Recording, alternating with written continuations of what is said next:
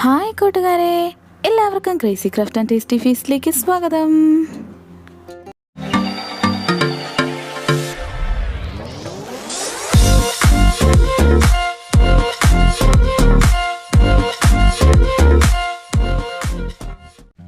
ഇന്ന് ഞാനൊരു 1.5 കിലോയുടെ സ്പാനിഷ് ഡിലൈറ്റ് കേക്ക് റെസിപ്പി ആയിട്ടാണ് വന്നിരിക്കുന്നത്.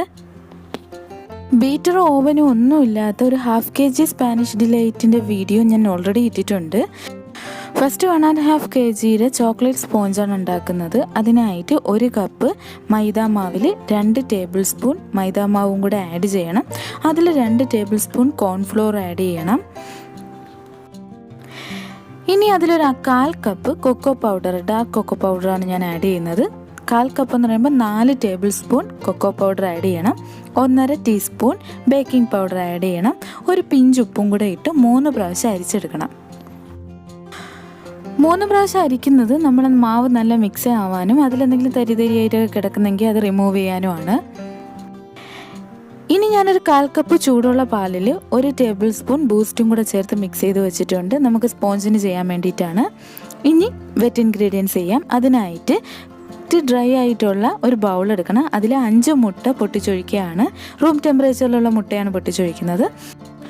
അതിൽ 1.5 ടീസ്പൂൺ വാനില എസൻസും കൂടെ ആഡ് ചെയ്തിട്ട് ഒന്ന് ചെറുതായിട്ടൊന്ന് ബീറ്റ് ചെയ്യണം.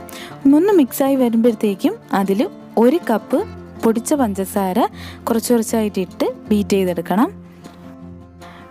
ബീറ്റ് ചെയ്തെടുക്കുമ്പോഴത്തേക്കും നമ്മുടെ മുട്ടയുടെ മഞ്ഞ കളറ് മാറിയിട്ട് നല്ലൊരു ക്രീം വൈറ്റ് കളറാവും.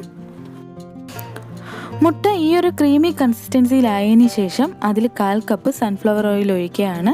നമുക്ക് ബട്ടർ മെൽറ്റ് ചെയ്ത് ഒഴിക്കാം. അത് ജസ്റ്റ് ഒന്ന് ബീറ്റ് ചെയ്തെടുത്തതിന് ശേഷം 1/4 കപ്പ് നമ്മൾ നേരത്തെ ചെയ്ത് വെച്ചേക്കുന്ന ബൂസ്റ്റും മിൽക്കും കൂടെയുള്ള മിക്സ് ഒഴിച്ചു കൊടുക്കണം. അതിനുശേഷം ഓവർ ബീറ്റ് ചെയ്യാൻ പാടില്ല. ജസ്റ്റ് ഒന്ന് ബീറ്റ് ചെയ്തതിന് ശേഷം നമ്മൾ നേരത്തെ അരിച്ച് വെച്ചേക്കുന്ന ഡ്രൈ ഇൻഗ്രീഡിയൻസ് കുറച്ചായിട്ടിട്ട് മിക്സ് ചെയ്ത് കൊടുക്കണം. കട്ട് ആൻഡ് ഫോൾഡ് മെത്തേഡിൽ വേണം മിക്സ് ചെയ്ത് കൊടുക്കാൻ. ഡ്രൈ ഇൻഗ്രീഡിയൻസ് മിക്സ് ചെയ്യുന്നതിന് മുമ്പ് തന്നെ നമുക്ക് ബേക്ക് ചെയ്യാനുള്ള ഏത് ചരുവാണോ അത് നമ്മൾ പ്രീ ഹീറ്റ് ചെയ്യാൻ വേണ്ടിയിട്ട് വയ്ക്കണം. ലോ ഫ്ലെയിമിൽ വെച്ച് വേണം പ്രീ ഹീറ്റ് ചെയ്യാൻ വേണ്ടിയിട്ട്. ലാസ്റ്റ് നമ്മൾ മിക്സ് ചെയ്ത് വന്നപ്പോഴത്തേക്കും കുറച്ച് ഇളക്കാൻ പറ്റാതെ ആയിപ്പോയി, ബൗളിൽ നിന്ന് പുറത്ത് പോകുന്ന കണക്കായിപ്പോയി. അതുകൊണ്ട് ഞാൻ ജസ്റ്റ് ബീറ്റർ ഇട്ടു ഒരു ചെറുതായിട്ടൊന്ന് മിക്സ് ചെയ്തെടുത്തു. ലോ ഫ്ലെയിമിൽ വെച്ച് ചെറുതായിട്ട് അടിച്ചാൽ മതി, ഓവർ ബീറ്റ് ആവാൻ പാടില്ല. ഇനി നമ്മൾ ഗ്രീസ് ചെയ്ത് വെച്ചേക്കുന്ന സ്ക്വയർ ട്രേയിൽ 8 ഇഞ്ചിൻ്റെ സ്ക്വയർ ട്രേയിൽ ഇട്ട് ഒഴിച്ചു കൊടുക്കുകയാണ്. എന്നിട്ട് പ്രീ ഹീറ്റ് ചെയ്യാൻ വെച്ചിരുന്ന ചരുവത്തിലേക്ക് വെച്ച് കൊടുത്തിട്ട് അടച്ചു വയ്ക്കണം. ഒരു 45 മിനിറ്റ് ആയപ്പോഴത്തേക്കും നല്ല ബേക്കായി കിട്ടി. ഇനി ഇതിൻ്റെ ലെയറിലിടാനുള്ള പ്രളയം തയ്യാറാക്കാം. അതിനായിട്ട് ഞാൻ കുറച്ച് നട്ട്സ് എടുത്തിട്ടുണ്ട്. ബദാം, കാഷ്യൂനട്ട്, പിന്നെ പീനട്ട്സും എടുത്ത് ജസ്റ്റ് ഒന്ന് ചൂടാക്കി എടുത്തിട്ട് ക്രഷ് ചെയ്തെടുക്കണം. ക്രഷ് ചെയ്ത് മാറ്റിയതിന് ശേഷം നമുക്ക് കാരമലൈസ് ചെയ്യാം. അതിനായിട്ട് ഞാനൊരു 1/2 കപ്പ് പഞ്ചസാര മെൽറ്റ് ചെയ്തെടുക്കുന്നുണ്ട്, കാരമലൈസ് ചെയ്തെടുക്കുന്നുണ്ട്. അത് നല്ലൊരു ബ്രൗൺ കളറായി മെൽറ്റായി ഇതുപോലെ വന്നതിന് ശേഷം അതിൽ ഞാൻ 1 ടേബിൾ സ്പൂൺ ബട്ടർ ഇട്ട് കൊടുക്കുന്നുണ്ട്. അൺസാൾട്ടഡ് ബട്ടറാണ് ഇട്ട് കൊടുക്കുന്നത്. ഇതെല്ലാം ലോ ഫ്ലെയിമിൽ വെച്ചിട്ടാണ് കേട്ടോ ചെയ്യാൻ വേണ്ടിയിട്ട്. ഇനി നമ്മൾ ക്രഷ് ചെയ്ത് വെച്ചേക്കുന്ന നട്ട്സ് ഇട്ട് കൊടുക്കുകയാണ്. ജസ്റ്റ് ഒന്ന് മിക്സ് ചെയ്ത് കൊടുക്കണം. എല്ലാം ലോ ഫ്ലെയിമിലായിരിക്കണം, ഫ്ലെയിം കൂട്ടാനേ പാടില്ല, എന്നാൽ കരിഞ്ഞു പോവും. എന്നിട്ട് ഒരു ബട്ടർ പേപ്പറിൽ അല്ലെങ്കിൽ സ്റ്റീൽ പാത്രം ഗ്രീസ് ചെയ്തിട്ട് അതിൽ വെച്ച് കൊടുത്താലും മതി. നമുക്കൊന്ന് തണുത്ത് കിട്ടിയാൽ മതി. ഒരു 10 മിനിറ്റൊക്കെ ആകുമ്പോഴത്തേക്ക് അത് തണുക്കും.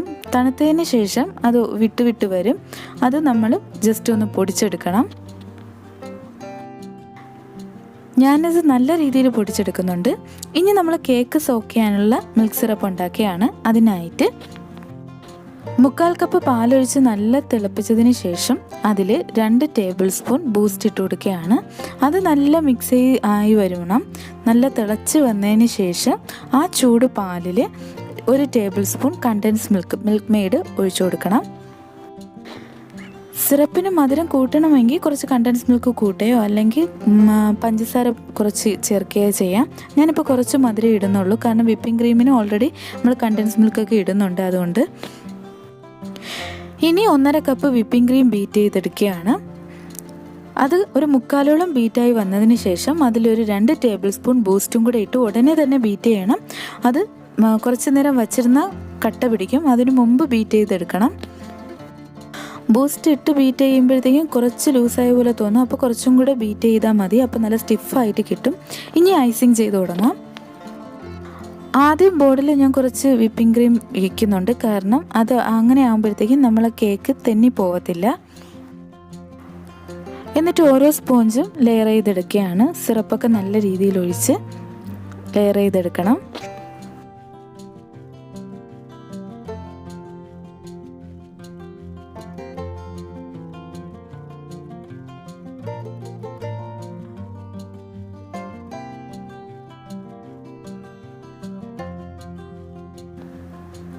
ലെയറിൽ വിപ്പിംഗ് ക്രീം സ്പ്രെഡ് ചെയ്തതിന് ശേഷം അതിൽ കുറച്ച് കണ്ടൻസ് മിൽക്ക് ഒഴിച്ച് ഒന്ന് മിക്സ് ചെയ്തെടുക്കുകയാണ്. അപ്പോൾ നമുക്ക് കേക്കിന് കുറച്ചും കൂടി ആ ഒരു കണ്ടൻസ് മിൽക്കിൻ്റെ മധുരം കിട്ടും. ഇനി നമ്മൾ നേരത്തെ ചെയ്തു വെച്ചിരിക്കുന്ന പ്രളയിൻ ഇട്ട് കൊടുക്കുകയാണ്. അത് ഇത്രയും രീതിയിൽ ഞാൻ പൊടിക്കുന്നുണ്ട്. കാരണം നട്ട്സ് കടിക്കാൻ പാടില്ല എന്ന് പറഞ്ഞുകൊണ്ടാണ് ഞാൻ ഇത്രയും പൊടിച്ചത്. കേക്ക് കഴിക്കുമ്പോഴത്തേക്ക് നട്ട്സ് ഭയങ്കരമായിട്ട് കടിക്കുമെന്ന് പറഞ്ഞു. അതുകൊണ്ടാണ് ഇങ്ങനെ ഞാൻ പൊടിച്ചെടുത്തത്.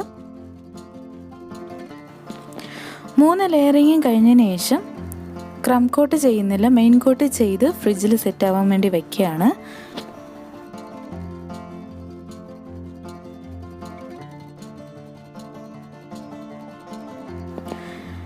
ഇതിപ്പോൾ ഒരു അരമണിക്കൂർ ഫ്രിഡ്ജിൽ സെറ്റ് ചെയ്യാൻ വേണ്ടിയിട്ട് വെച്ചാൽ മതി.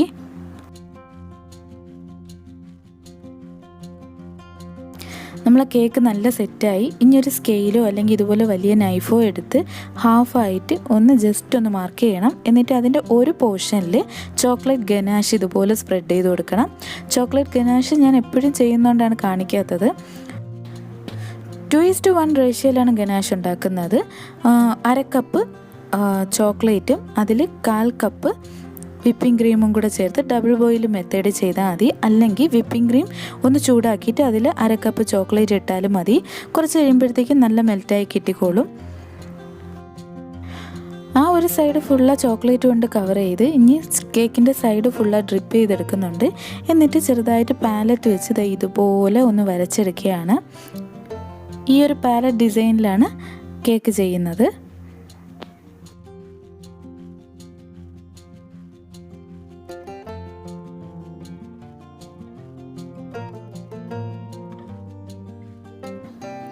കേക്കിൻ്റെ അടുത്ത ഹാഫിൽ ഞാൻ റോസ് വരച്ചു കൊടുക്കുകയാണ്. റോസറ്റിൻ്റെ ഒരു നോസിൽ എടുക്കുന്നുണ്ട്. വലിയ നോസിലാണ് എടുക്കുന്നത്.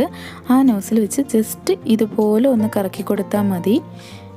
കറക്റ്റ് നമുക്ക് ആ ഫ്ലവറിൻ്റെ ഇത് കിട്ടും.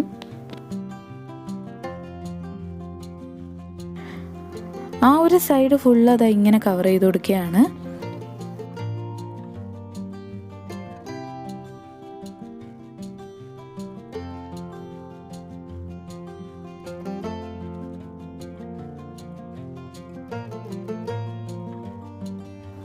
റോസ് എല്ലാം ആക്കി കഴിഞ്ഞിട്ട് ഇതിൻ്റെ ഇടയ്ക്കുള്ള ഗ്യാപ്പിൽ ഇതുപോലെ പ്രസ് ചെയ്തൊന്ന് പൊക്കി കൊടുക്കുമ്പോഴത്തേക്കും ചെറിയ ഒരു ബഡ്സ് കണക്ക് കാണും.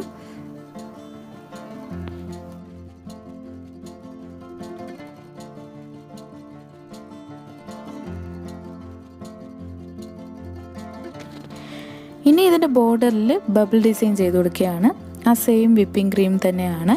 അതിൽ ഓപ്പൺ സ്റ്റാർ നോസിൽ വെച്ച് ബബിൾ ചെയ്ത് കൊടുക്കുകയാണ്.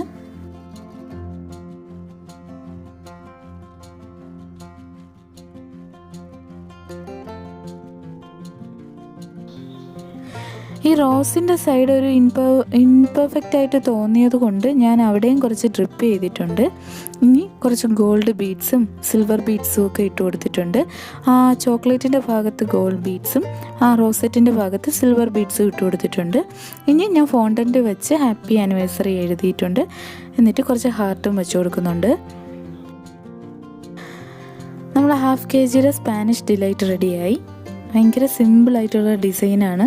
പക്ഷേ കാണാൻ നല്ല ലുക്കുണ്ട്, നല്ല ടേസ്റ്റിയും ആണ്. നല്ല നട്ട്സൊക്കെ ചേർന്ന് നല്ല ബട്ടറിൻ്റെയൊക്കെ ടേസ്റ്റ് വരുന്ന നല്ലൊരു കേക്കാണ്. നിങ്ങളെല്ലാവരും വീട്ടിൽ ട്രൈ ചെയ്ത് നോക്കണം. നിങ്ങൾക്ക് എല്ലാവർക്കും എൻ്റെ ഈ വീഡിയോ ഇഷ്ടമായെങ്കിൽ ലൈക്ക് ചെയ്യുക, ഷെയർ ചെയ്യുക, സബ്സ്ക്രൈബ് ചെയ്യുക. ഓക്കെ കൂട്ടുകാരെ, ബൈ.